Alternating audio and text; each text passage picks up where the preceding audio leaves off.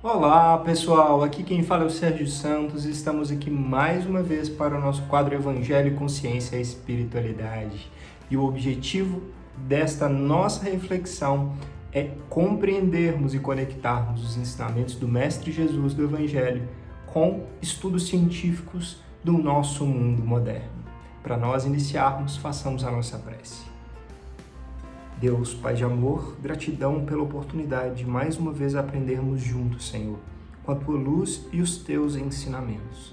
Que os bons anjos e mentores possam nos guiar e iluminar para sermos melhores a cada dia, evoluindo e aprendendo, auxiliando e servindo aonde formos. Que assim seja.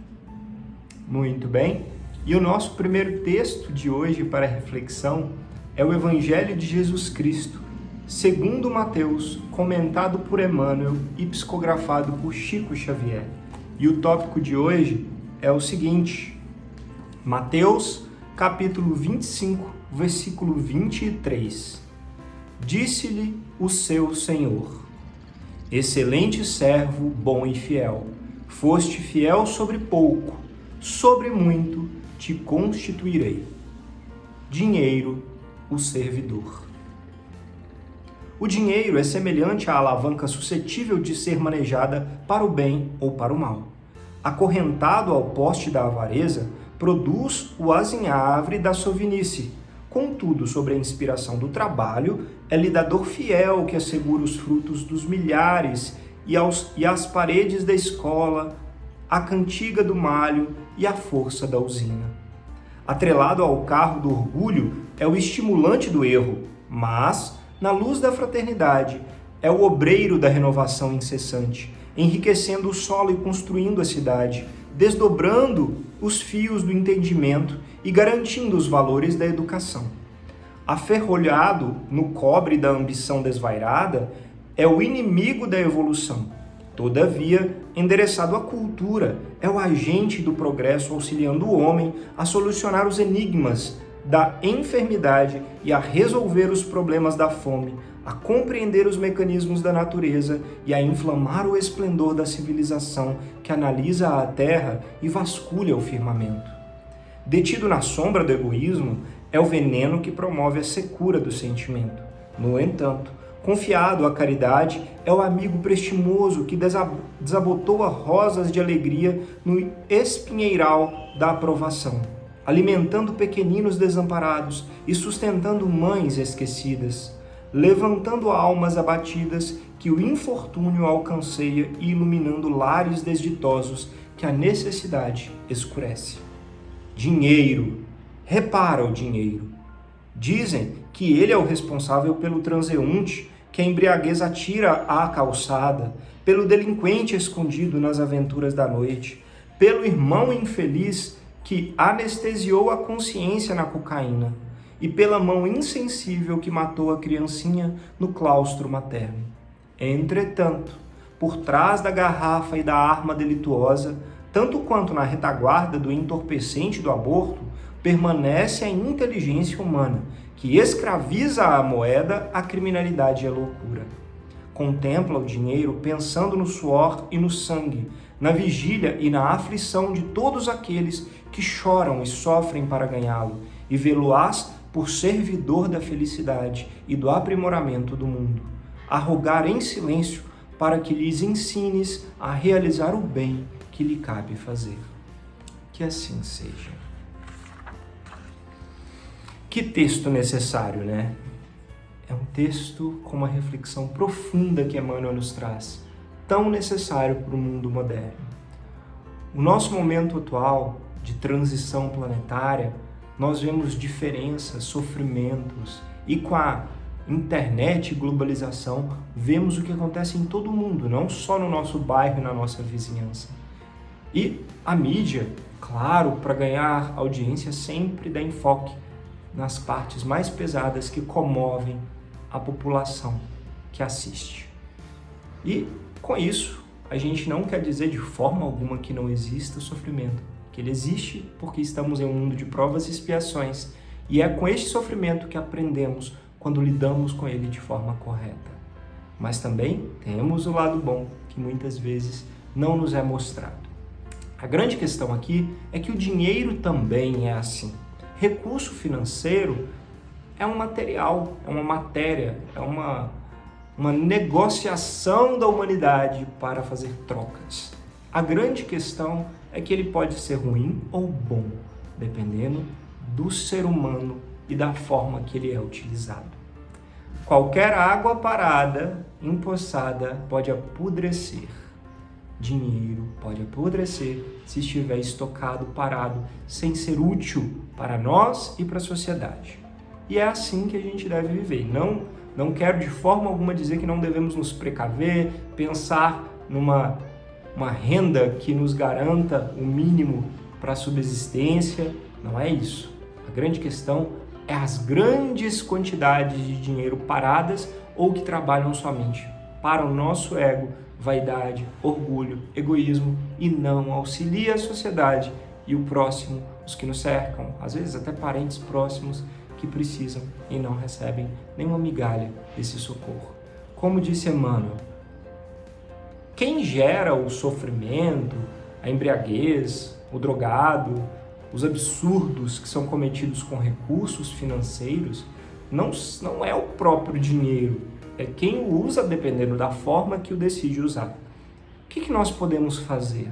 Cada um de nós pode escolher fazer de uma forma diferente.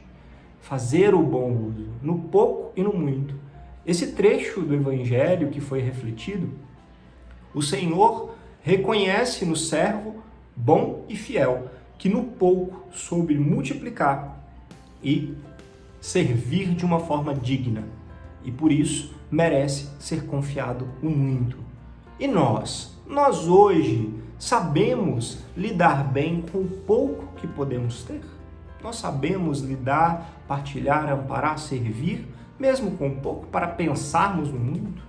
O que eu mais vejo e que eu tenho que também fazer um policiamento íntimo para me vigiar, para não cair nos erros que nós todos estamos suscetíveis, é as pessoas correndo atrás de ter mais e querer mais, sempre independente do que já conquistaram, do que possuem. E sempre quando fazem uma comparação, é com quem tem mais, com o que ainda deseja e nunca com a grande maioria que tem muito menos neste grande mundo. E aí, você já sabe partilhar um pouco para poder pedir e ter alguma perspectiva de se dar bem e lidar bem com o muito? Porque o muito nas mãos de alguém que não sabe lidar pode ser a maior perdição de todas. E dentro desse contexto, nós vamos ler um texto hoje que reflete exatamente sobre esse ponto, no nosso livro querido Alvorada Cristã, ditado por Neio Lúcio e psicografado por Chico Xavier. O tópico de hoje é o tópico 9, o ricaço distraído. Existia um homem devoto que chegou ao céu e, sendo recebido por um anjo do Senhor, implorou enlevado: mensageiro divino, que devo fazer para vir morar em definitivo ao lado de Jesus? Faze o bem, informou o anjo, e volta mais tarde. Posso rogar-te recursos para semelhante missão? Pede o que desejas, disse o anjo. Quero dinheiro, muito dinheiro, para socorrer ao meu próximo. O emissário estranhou o pedido e considerou: nem sempre o ouro é o auxiliar mais eficiente para isso. Penso, contudo, meu santo amigo, que sem ouro é muito difícil praticar a caridade, disse o homem devoto. E não temes a tentação do caminho? Disse o anjo. Respondeu o amigo: não. Terás o que almejas, afirmou o mensageiro, mas não te esqueças de que o tesouro de cada homem permanece onde tem o coração, porque toda a alma reside onde coloca o pensamento. Tuas possibilidades materiais serão multiplicadas. No entanto, não ouvides que as dádivas divinas, quando retidas despropositadamente pelo homem, sem qualquer proveito para os semelhantes, transformam-se em prisioneiro delas. A lei determina que sejamos escravos dos excessos a que nos entregarmos. Prometeu o homem exercer a caridade, servir extensamente e retornou ao mundo. Os anjos da prosperidade começaram então a ajudá-lo. Multiplicaram-lhe de início as peças de roupa, os pratos de alimentação.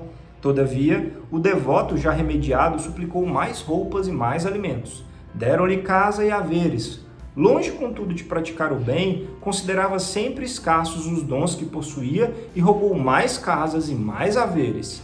Trouxeram-lhe rebanhos e chácaras, mas o interessado em subir ao paraíso pela senda da caridade, temendo agora a miséria, implorou mais rebanhos e mais chácaras. Não cedia um quarto, nem dava uma sopa a ninguém, declarando-se sem recursos para auxiliar os necessitados e esperava sempre mais, a fim de distribuir algum pão com eles.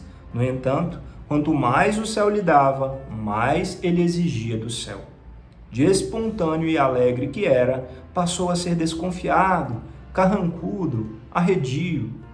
Receando amigos e inimigos, escondia grandes somas em um caixa forte, e quando envelheceu de todo, veio a morte separando-o da imensa fortuna que juntou. Com surpresa, acordou em espírito deitado no cofre grande. Objetos preciosos, pedaços de ouro e prata e vastas pilhas de cédulas usadas serviam-lhe de leito. Tinha fome e sede, mas não podia servir-se das moedas. Queria liberdade, porém as notas de banco pareciam agarrá-lo à maneira de um visco retentor de pássaro cativo. Santo anjo, gritou em pranto, vem e ajuda-me a partir em direção à casa celestial. O mensageiro dignou-se a baixar até ele e, reparando-lhe o sofrimento, exclamou: é muito tarde para súplicas. Estás sufocado pela corrente de facilidades materiais que o Senhor te confiou, porque a fizestes rolar tão somente em torno de ti, sem qualquer benefício para os irmãos de luta e experiência. E que devo fazer, implorou o infeliz, para retomar a paz e ganhar o paraíso? O anjo pensou e respondeu: espalha com proveito as moedas que ajuntastes inutilmente. Desfaste da terra vasta que retivestes em vão. Entrega à circulação do bem todos os valores que recebeste do tesouro divino e que amontoastes em derredor de teus pés, atendendo ao egoísmo, à vaidade, à avareza e à ambição destrutiva. E depois disso, vem a mim para retomarmos o entendimento efetuado há 60 anos.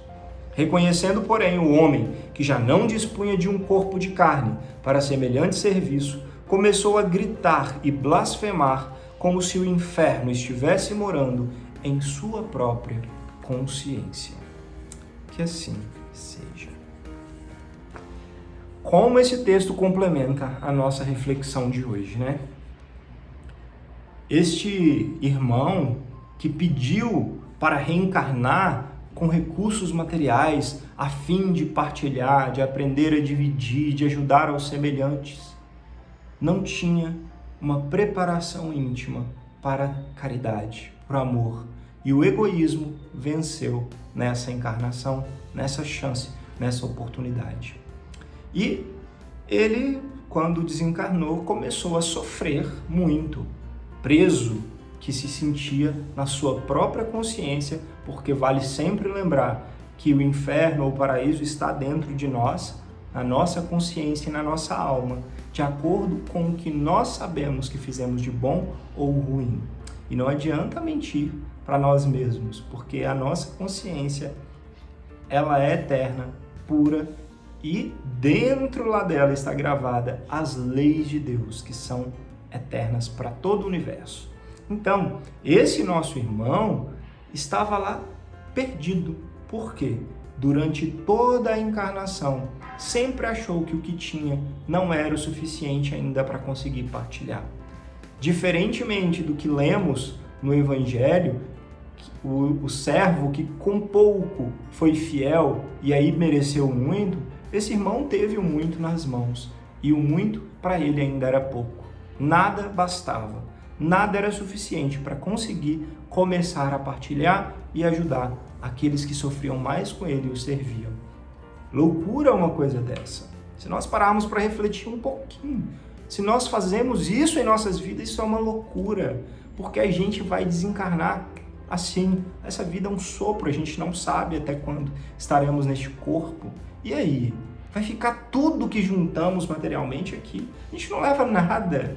E aí, para que serviu gastar tanta força e energia para juntar e acumular algo que vai ficar e muitas vezes se perder, né?